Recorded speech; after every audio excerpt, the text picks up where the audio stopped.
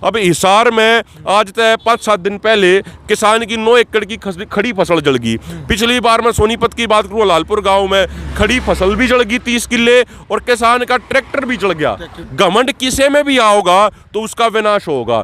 आज के दिन में आपने एक बात कहूँ, आज आप हरियाणा में जाने माने चेहरा हो, आपका व्यवहार बढ़िया है, इसलिए आप पत्रकारिता में भी आगे बढ़ने लग रहे हो। जब कल में आपके अंदर भी घमंड आ जा तो आप में भी गिरावट आओगी, हमारे अंदर घमंड आ जावे तो हमारे में भी गिरावट आओगी।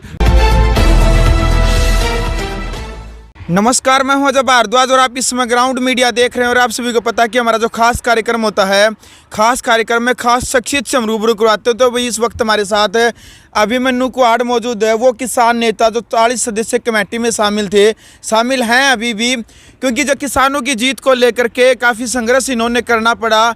लगातार 1 से 1.5 साल बॉर्डर के ऊपर किसानों का जो संघर्ष है वो पूरे भारत ने देखा और वो इतिहास के पन्नों में दर्ज हुआ है किसान आंदोलन।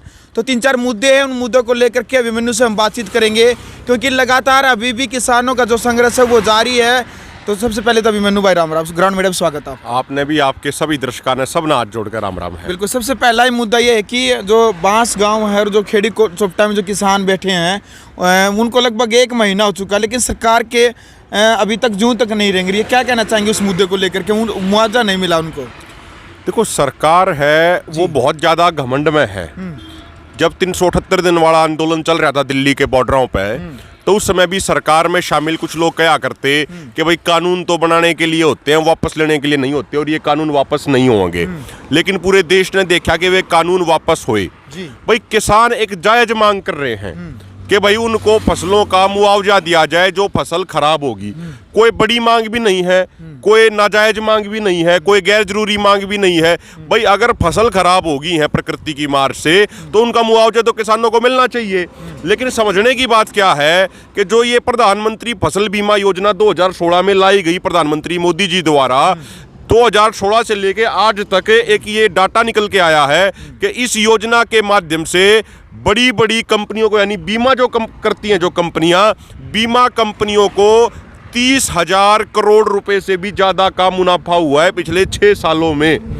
तो असल में इस बात से क्लियर हो जाता है कि ये योजना किसानों के लिए नहीं बनाई गई थी, ये योजना कंपनियों के फायदे के लिए, उनके मुनाफे के लिए बनाई गई थी। और मैं एक बात और पूछना चाहता हूँ कि भाई जो प्रधानमंत्री जी का खुद का राज्य है गुजरात, जिस गुजरात मॉडल के वो रुके मार के वो प्रधानमंत्री बने थे, जिस गुजरात मॉडल की वाहवाही लूट के वो पूरे भारत में प्रसिद्ध हुए थे, उस गुजरात में वहाँ की राज्य सरकार ने पिछले 2 सालों से प्रधानमंत्री फसल बीमा योजना को बंद कर रखा है पूरे गुजरात में, क्योंकि उन्होंने साफ कहा कि इस योजना से लगातार कंपनियों को फायदा हो रहा है और किसानों को घाटा हो रहा है। तो जब अपने खुद के राज्य में उन्होंने ये योजना बंद करा दी तो बाकी भारत में वो इस योजना के माध्यम से किसानों को क्यों लूटने का काम कर रहे हैं? एक बात। दूसरी बात, सरकार एक और खेल खेल रही है। सरकार क्या कर रही है इस मुआवजे के मामले में? एक होता है मुआवजा, एक हो गया क्लेम। भाई किसी ने मान लो अपना प्रीमियम कटवा के उसने क्लेम मिल गया उसने, तो सरकार क्या कह रही है कि जिसको मुआवजा मिल गया उसको क्लेम नहीं मिलेगा और जिसको क्लेम मिल गया उसको मुआवजा नहीं मिलेगा।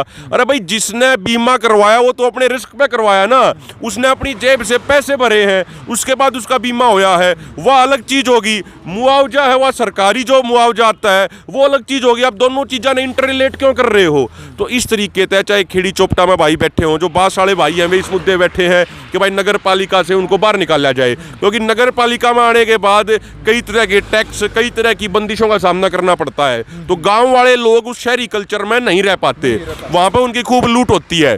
तो हम तो यही कहते हैं, देखो इतिहास इस चीज का गवाह है। आप कोई चाहे 100 साल पुराना इतिहास उठा के देख लो, आप रावण की बात कर लो, उन दौरान सारी ताकत थी, सब के में था, लेकिन उनका विनाश क्यों होया? क्योंकि उनमें घमंड आ गया था। घमंड किसे में भी आओगा तो उसका विनाश होगा। आज के दिन में आपने एक बात कहूँ, आज आप हरियाणा में जाने माने चेहरा हो, आपका व्यवहार बढ़िया है, इसलिए आप पत्रकारिता में भी आगे बढ़ने लग रहे हो। जब कल में आपके अंदर भी घमंड आ जा तो आप में भी गिरावट आओगी, हमारे अंदर घमंड आ जावे तो हमारे में भी गिरावट आओगी। तो सरकार जो है नाक की लड़ाई बना रही है बेवजह की। जो सरकार के अंदर जो घमंड भर रहा है, यो घमंड सरकार ने लेकर बैठेगा और लेकर बैठने लग रहा है। बिल्कुल। तो भाई जो मेन मुद्दा है, यानी कि कई हरियाणा वाला के समझ में नहीं आ रही थी कि भी जो किसान है बास गांव में क्यों बैठे हैं, और जो खेड़ी चोपटा जो धरना चल रहा है लगातार 22 दिन उनको चुके हैं, कि यानी कि क्यों बैठे हैं। तो अब आपके समझ में आ गया है कि बीमा कंपनी वाला ने बीमा काट लिया है, लेकिन जो फसल खराब हुई है उसका रुपया पैसा उनको मुआवजा जो नहीं मिला। और इसका भी जो फ़र्क है मुआवजे को लेकर के, जो सरकार की तरफ से जो मुआवजा मिलता है किस प्रकार से, कि इनकी फुल डेफिनेशन जो अभी मन्नू भाई ने बताया वो सभी को समझ में आ गया। तभी मन्नू भाई गेहूँ की कटाई भी शुरू होगी और मंडी में गेहूँ आने भी शुरू हो गए हैं। तो क्या लगता है सरकार का एक बड़ा दावा कि 72 घंटे के अंदर हम जो जमींदार के जो किसान के जो पैसे हैं उनके अकाउंट में डलवा देंगे, और क्या लगता है क्या डलवा पाएगी 72 घंटे के अंदर सरकार पैसे? और क्या क्या समस्या है यार, आप तो खुद एक किसान नेता है, मंडी में जाते हैं, किसानों की समस्याएं आपके पास आती है, क्या समस्या आ रही है फिलहाल? देखो, हरियाणा में ये कहा गया था कि 1 तारीख से सरकारी खरीद चालू हो जाएगी, लेकिन 1 तारीख से हुई नहीं। 5 दिन के बाद यानी कल जो बीत गया 6 तारीख को सरकारी खरीद शुरू हुई। इसमें जो सबसे बड़ी समस्या आ रही है, सरकार दावा तो करती है, पिछले साल सरकार ने खूब उसका प्रचार करा कि हम 72 घंटे में किसान के खाते में रुपए भेज देंगे। भाई कहने में और सुनने में तो यह बात बहुत बड़ी अलग है, होनी भी चाहिए। 72 घंटे में उसके पास पहुंचना चाहिए। मैं तो कहूँ 72 घंटे तभी पहला पहुंचना चाहिए। लेकिन पिछले साल हमारे पास ऐसे बहुत सारे उदाहरण थे कि 72 घंटे की तो छोड़ दो, 72 दिनों में भी किसान के खाते में पैसे नहीं पहुंचे। अब इसमें समस्या क्या हुआ है भाई, अब ये स्कूलों में एडमिशन का भी टाइम चल रहा है। अगर किसान के पास पैसे नहीं होंगे तो अपने बच्चा का वो एडमिशन कहाँ तक कराओगा, उनके लिए स्कूल ड्रेस कहाँ तक लेकर आओगा, उनके लिए कॉपी किताब कहाँ तक लेकर आओगा, जो उसने पैसे जिसके ले रखे थे वो उल्टे क्यों कर देगा। अब किसान क्या सोचा कि भाई जल्दी अपने अप्रैल में कपास बो दो, जैसे जिन एरिया में कपास की खेती हुआ है, तो वो जो अगली फसल उसको बोनी है उसमें जो खर्चा होना है वो कहाँ तक अरेंज करेगा। और दूसरी तरफ आप देखो, पिछले 16 दिनों में डीजल 10 रुपया बढ़ लिया। डीएपी था वो पहले 1200 का कट्टा आया करता, वो 1350 रुपये का हो गया। तो आप मोटा मोटा हिसाब लाओगे तो साल में जो 10 रुपये डीजल बढ़ा है और जो पेस्टिसाइड के दाम बढ़े हैं, जो डीएपी के दाम बढ़े हैं, इससे सीधा सीधा 2,500 से 3,000 रुपये का उसको नुकसान हो गया, या फिर आप कह सको 2,500 से 3,000 रुपये उसका खर्चा बढ़ गया। अब हम एक बात कहना चाह रहे हैं, पिछली बार जब हमने ये मुद्दा उठाया कि भाई आप कह रहे थे 72 घंटे में पेमेंट हो जाएगी या किसानों की पेमेंट हो नहीं रही, तो अधिकारियों पर जब दबाव पड़ा तो उन्होंने कही कि भाई जब आपका माल यानी जब आपका गेहूं लोड होकर मंडी में तय गोदाम में चला जाएगा और उड़ा अनलोडिंग हो जाएगी, उड़ा गोदाम में वो लाग जाएगा, बोला उसके 72 घंटे बाद हम देंगे। तो 10-15 दिन उसमें लाग गया है, उसके बाद 72 घंटे और ले लिया, यानी 3 दिन और ले लिए, 18-20 दिन में किसान के पास पैसे आए हैं। हम एक बात कहने लग रहे हैं भाई, गेट पास ऑनलाइन हो गया, सारा आप उसका तोल कर लो, सारी चीज कर लो, आपके पास रिकॉर्ड आ गया। तो जैसे ही उसका गेट पास कट गया, वो मंडी के अंदर गया, उसने अपना गेहूं उतारा, उसके गेहूं का ठीक तरीके से तोल हो गया, तो उस टाइम आप उसके खाते में रुपये भेज दो। भाई प्रधानमंत्री कहते हैं डिजिटल इंडिया बनाओगे, तो आपने डिजिटल इंडिया जब गेट पास ऑनलाइन हो जाए, सारी चीज हो जाए हैं, तो जैसे ही तोल हो गया आप उन्हें सरकारी कर्मचारी बैठाओ और वो तुरंत उस टाइम उसके खाते में रुपये भेजे। 12 दिन 15 दिन 18 दिन 2-2 महीने बाद देखने का क्या मतलब है। तो हम ये कहना चाह रहे हैं कि भाई उसका पैसा तुरंत उसको हाथों हाथ मिलना चाहिए, जिससे वो अपना खर्चा भी कर पावे। एक और जो समस्या आ रही है जो इसमें, वो समस्या क्या है, देखो 5 दिन लेट खरीदी शुरू हुई।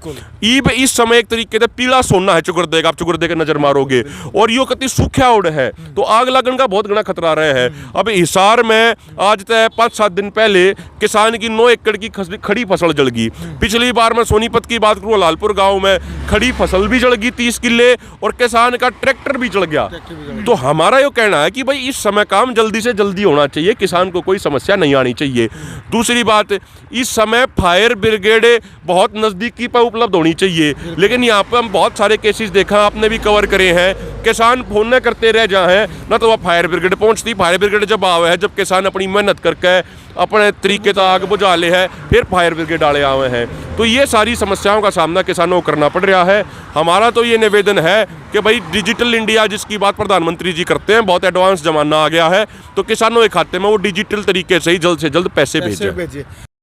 राष्ट्र निर्माण की जानकारी के लिए ग्राउंड मीडिया चैनल को सब्सक्राइब करें और शेयर करें।